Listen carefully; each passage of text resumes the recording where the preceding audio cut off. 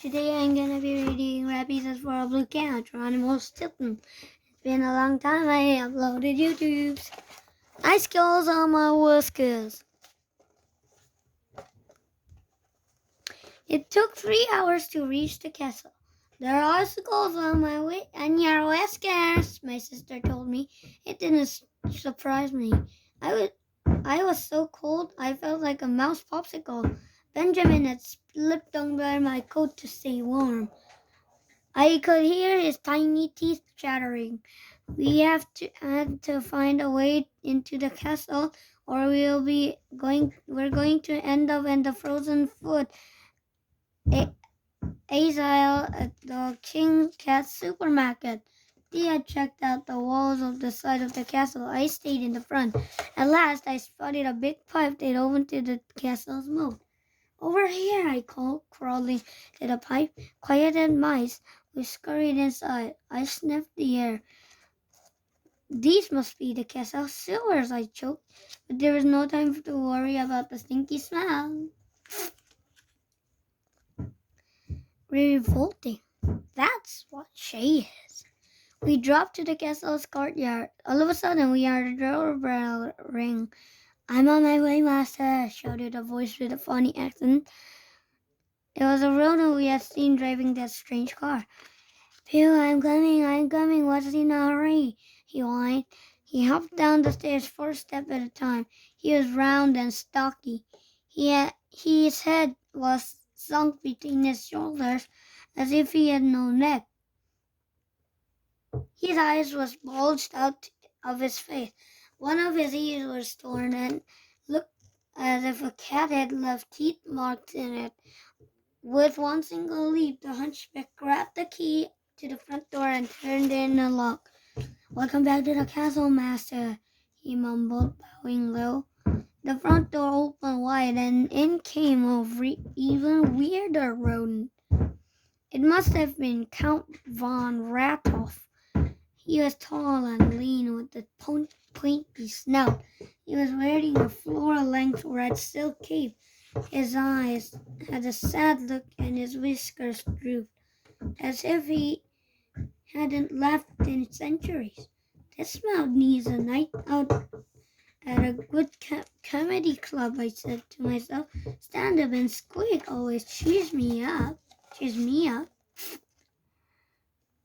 Behind him came a little blonde mouse who was also wearing a red silk cape. "I hope you remember to run my hot bath," she squeaked, staring down at her snout at the hunchback.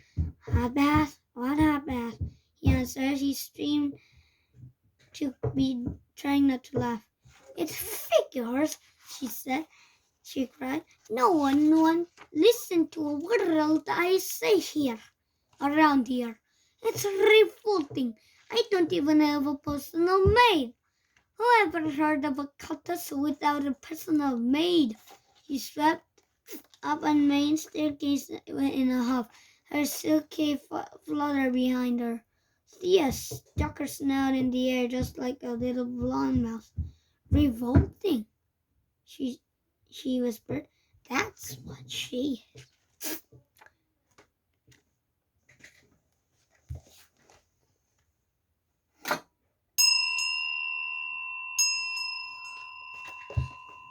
We followed the strange mice back into the castle.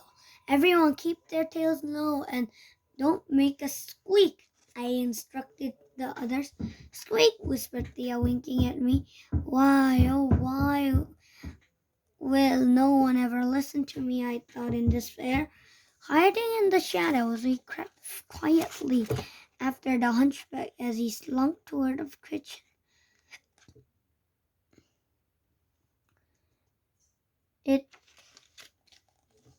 Hiding in the shadows, we crept quietly after the hunchback as he slunk toward the kitchen. A huge soup pot sat in the stove. He stuck a wooden spoon into a pot and tried to stir the contents. The stuff looked like thick as my grouchy grandma one whisker. Split cheese soup. You can use that soup to glue down wallpaper.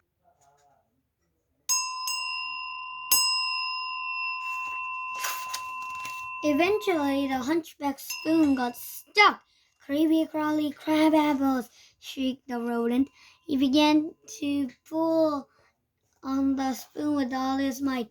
With a stick-sucking sound, and out flew the spoon. It hit the wall and stuck there. The hunchback stared at the spoon. Then he sneakered. He bounced over to a huge gong and hit it with a big hammer. I peeked into the dining room. The count and the young countess were sitting at opposite ends of the long table. The hunchback carried two crystal goblets over the table, and then he poured a thick red liquid into each one. I gulped. It had a feeling this was no cherry berry punch. It looked just like blood. Then, then the, then the, then said the young countess. How yummy, said the young countess. She wiped her snout with the napkin, leaving deep red smudges. I shivered. The sight of blood makes me faint. The end.